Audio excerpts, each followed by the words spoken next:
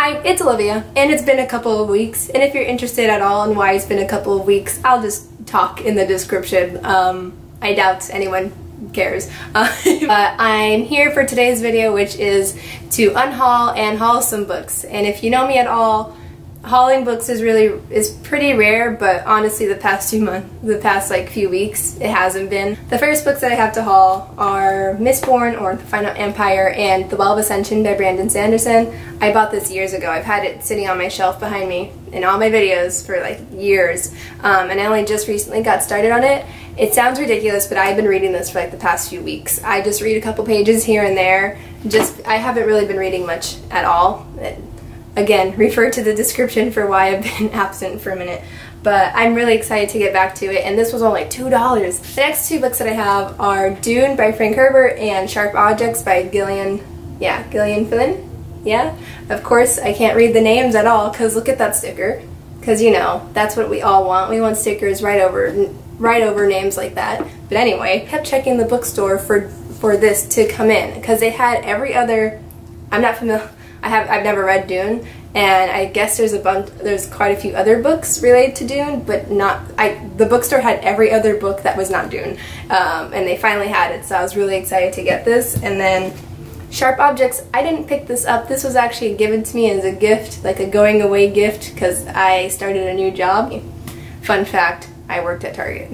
And so these next books I'm so excited to talk. I've been anxiously waiting to do a video so I can get to these. I look forward to Banned Books Week because I know that my school's library does this, where they cover it up and they do kind of a blind book date where they tell you the reason why it was banned and they wrap it up like this. I have no idea what these books are, and I'm going to unwrap them right now. My local city library, that they also did a similar thing, except this one I can see what the book is. But I love libraries, and every time I walk into one, seriously, I feel so grateful that I have the access that I do.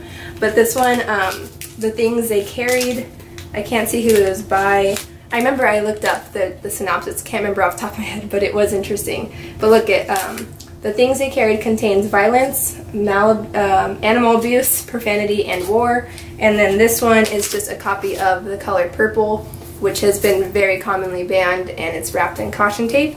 And I love these bookmarks. Look at it. It's a warning. User may experience entertainment and enlightenment and or emotional engagement. And then this one says, warning, content may cause you to question your worldview. I love libraries so much. So much. And now I can't wait to unwrap these. So this one says, removed from London, England school libraries by education officials who found it racist and sexist. A Mark Twain book. This is The Adventures of Tom Sawyer. I have The Adventures of Huckleberry Finn. Huck Finn is also commonly banned. This next one, retained in the Sherwood School District for sophomore honors English reading list after concerns were expressed about some of the novel's scenes describing torture and mutilation. And while I'm unraveling this, I'm not going to have like a discussion on banned books, but I will say a big thing for me is knowing the difference. Like, people just don't understand the difference between making something, like putting a rating on something. Sometimes it's just not appropriate for a certain age group. Doesn't mean it needs to be banned. And I think that people get that mixed up quite often. I've never heard of this. John Gardner Grendel.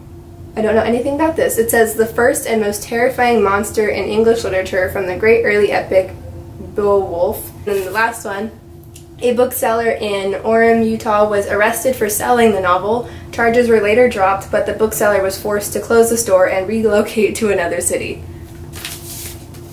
Wow. Oh, what? I'm so, okay, the books that I got from last year when I did this video were, I can't remember, I think they're a little bit more obscure, like I hadn't heard of any of them, but this one is Clockwork Orange by Anthony Burgess. And these last two books I'm hauling are both non-fiction books that I'm so excited for. The first one is Mindset, The New Psychology of Success by Carol Dweck. One of the professors that I'm working with is studying growth mindset, and that is kind of what this lady termed the idea of growth mindset.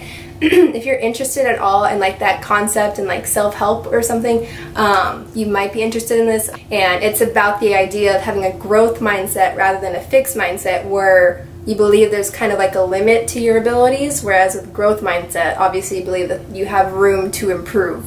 And this book, Quiet, The Power of Introverts in a World of That Can't Stop Talking, this seems like it's going to be a book that is relatable times 1,000. I am already excited for nonfiction November. If anyone else is excited for that, let me know, but I think I want to put this on like the nonfiction TBR, but I can't wait. On the inside, it even says they are the ones who at least 1/3 of the people we know are introverts. They are the ones who prefer listening to speaking, reading to partying, who innovate and create but dislike self-promotion. Like, already, it's speaking to my soul. Alright, this is random, but this is the last thing that I wanted to add, is a really quick like bookshop with, oh look at banned books, book shopping with me. I love thrift books, and I just went, it's not sponsored or anything, I have some other books I've been meaning to get, and so I thought it'd be fun if I just had the camera with me while I was looking for it right now. The first book I am going to look for is this book called Lockdown. I've been finding old books that I forgot about that I wanted to read. So Lockdown was one. Oh, look it. See, I love this site. $4. Do they have a hardcover? $4. Okay, I'm getting that. The next book I want to look for is the Witcher series. Oh, we got a $5 copy. Yeah. Oh, 14. Acceptable. I'll take acceptable for $5.77. Okay, chemistry. Do we have chemistry? Oh, I don't know who the author is, but at the I went to BookNet Fest. It's something else I haven't informed anyone else about, but I went to BookNet Fest, and Joss from Scribbles Reads, she was on the Women of Color in the book community panel, and she mentioned this. These are textbooks. Okay, I looked it up because clearly that's not what I was looking for. Okay, we got Wing, but yeah, Joss had mentioned this book, and she made it sound really fascinating. $5! Okay, nope, we don't want $7, or is that cheap one? The hardcover is cheaper. I will take that. And let's see, I wanted one more. Oh yeah, Homegoing. I don't know. I keep mentioning this book, saying I'm gonna get to it, and I never do, because I keep having to return my copy to the library. So it's just time I get this. I'll take it for $7.58. Very good for an additional, what, 20 cents? I'm gonna end that here. $23 is not bad. That's really good. Moving on to the Unhaul. This is such a long video. Oh my gosh. The first two I have are The Fifth Wave by Rick Yancey and The Da Vinci Code by Dan Brown. I have read The Fifth Wave, and looking back on it, it's nothing that, you know, was like had a profound effect on me. It was kind of just like I read it for fun. I enjoyed it when I first read it, but it's not memorable anymore to me. And then this I have not read, but I did read Angels and Demons. I read it years ago, forgot most of it by now, and I really don't care about continuing. So there's that. Then I decided this was a big one for me, to get rid of this entire series, the Divergent series, because I did love this series. Minus Allegiant. This book was such a disappointment, but I remember some of the memes were like, the name would be detergent, and they had like a picture of like some dish soap right here. It was the funniest thing. Next I have two, what are these, contemporary romances. I got Colleen Hoover's Slammed and Everything Everything by Nicola Yoon. I thought both of these were very average. This one didn't really impress me that much, and it's one of those things that's kind of forgettable. And then Slammed, again, a lot of these that I'm getting rid of, you'll just notice they're just like mediocre books that I don't need if I'm trying to get a bunch of other books. But the sequels, wow, if there's this is like the perfect example of a series that takes a steep dive downhill, and by the time you get to book 3, it's like, what on earth is this? And then these next four, I've got Angel Fall by Susan E. Read this a couple years ago. It's not, I decided to get rid of the things where I just completely can't remember even characters' names and the plot. This is just a second copy of the Percy Jackson books. I have them right on my shelf. Every Day by David Levithan. I've had this for the longest time, and you know, the movie came out, and just there's no interest for this one. And then The Darkest Minds, the sequel, Never Fade by Alexander Bracken. These series, first of all, it's always irritated me that I haven't had the complete series to these, because I'll just be happy to see them gone because they're not complete. But this one, never finished the series. I think there's a fourth in it with the Beautiful Creature series.